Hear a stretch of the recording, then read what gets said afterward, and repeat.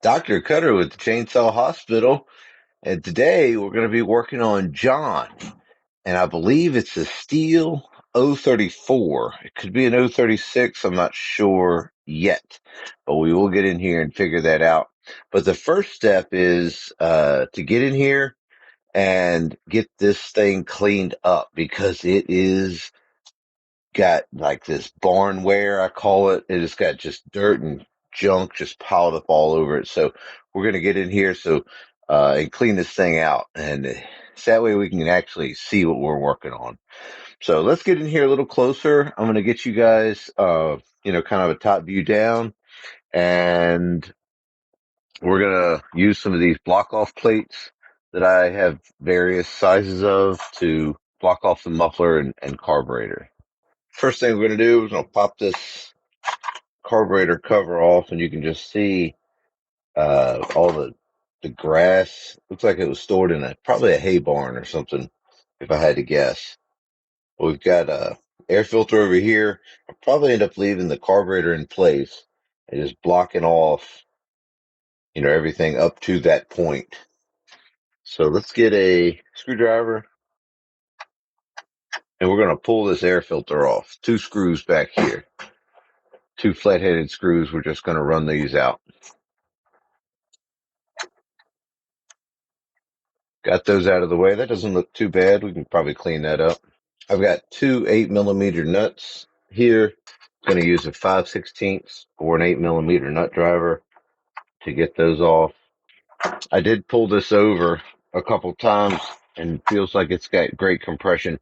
We're going to check the cylinder, or the piston, actually the piston exhaust side before we get started too deep into this, but I have a pretty good feeling it's got good compression, so it's worth putting the time into. And I'm sure it's probably just bad carburetor. It could have been parked for another reason. It might run just right off, but either way, we're going to clean it up first. So let's see if we can find some type of plate that'll fit on here. Looks like our choke is in the way.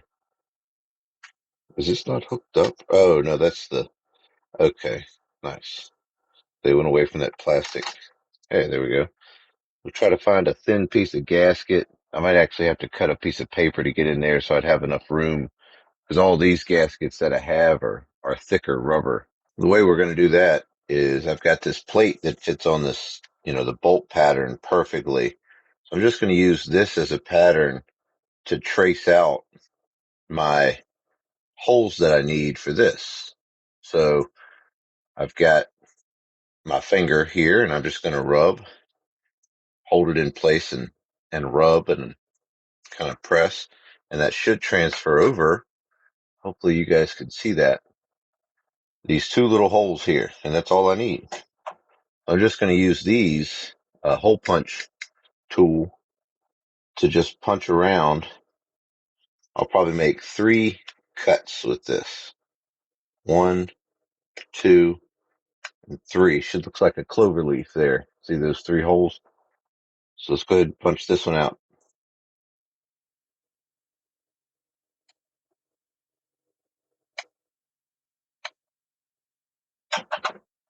There we go.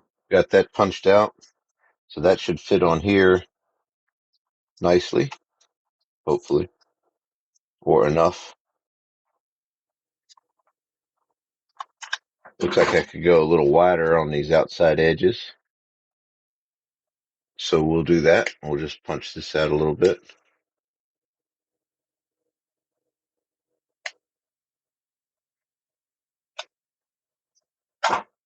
Perfect.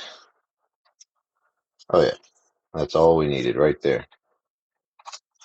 That'll just keep water from getting in there. We're just going to use our original nuts, because I'm going to pressure wash this saw. So I want to keep water out of the engine. There we go. Got those 2 installed. I'm just going to tighten them down with this nut driver. That way when we go to pressure wash this engine, no water will get down in the intake. And if we have a cracked fuel line or something, we can figure that out later. So, all right, great. So that side's done. Now we need to get the exhaust.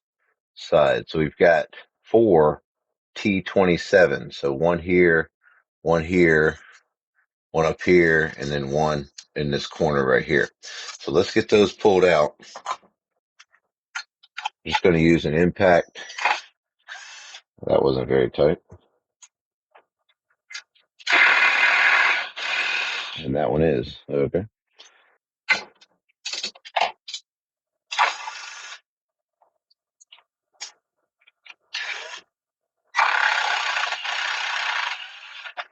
Got all those off of there. And let's see if we can get this cover off. Sometimes these can be, oh, there we go. Sometimes they can be stuck on with a bunch of carbon and gunk. You can feel that stuff that fell out of it when I pulled it apart. So inside of here, we've got the piston. Okay. Looks like we've got some scoring there on that one, but that might be savable. So we'll get started with that. Maybe we should do a compression check. Yeah, we might do that before we get started on this one too heavy. Well, either way, we'll clean it up.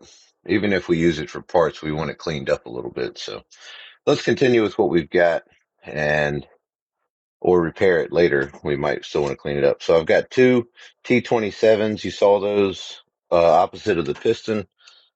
So we're just going to get in here. Thankfully that came out of there. There's one of them. And I've got the other one. That came right out of there too. I could tell those weren't messed with because the carbon. So that's how much gunk and stuff is down inside of there. Not looking good. Looks like a lot of coking. I'm not sure what kind of oil they were running, but that's okay. We'll get it figured out. All right, so we got everything kind of piled up there. We'll set those to the side. And that gives us, oh, there's a little spacer right here. Okay, good to know. Keep track of that too. All right. Well, like I said, that piston does have some damage on that one too. Or that you can see now. There's a good shot of it. Like I said, it's got pretty good compression. So that's okay. I found this adapter, this spacer had fallen off of the the front here, so that gives me a nice idea what size bolt pattern this is. So I've got my boxes of spacers and gaskets and stuff, and some of them I know won't work. Like that one's way too small. Those aren't drilled yet. And I have extra stuff that's way too small. 372 block off, that's way too big. Too small. That's close. Nope. Not quite. So I'm just going through. That one looks like it right there. Yep. So there's a nice, see how that lines up. So that's all I need for that. And then I'll need, I believe over here in my box of gaskets, I have a nice big triangle looking piece, trapezoidal type piece.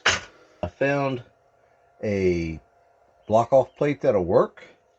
And then I've also got this rubber gasket that should work to seal it off to keep any, water or whatever out of there. So that just sets up against there. And then I've got this little plate here. And I just grabbed a couple of these M5 screws that are a little bit shorter than the factory ones. I just didn't think we needed all the factory one had in there. They were pretty long. Yeah, looks like that'll work just fine. And then we'll get this started over here.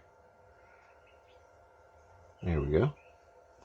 All right, make sure the rubber is down far enough so that it covers everything.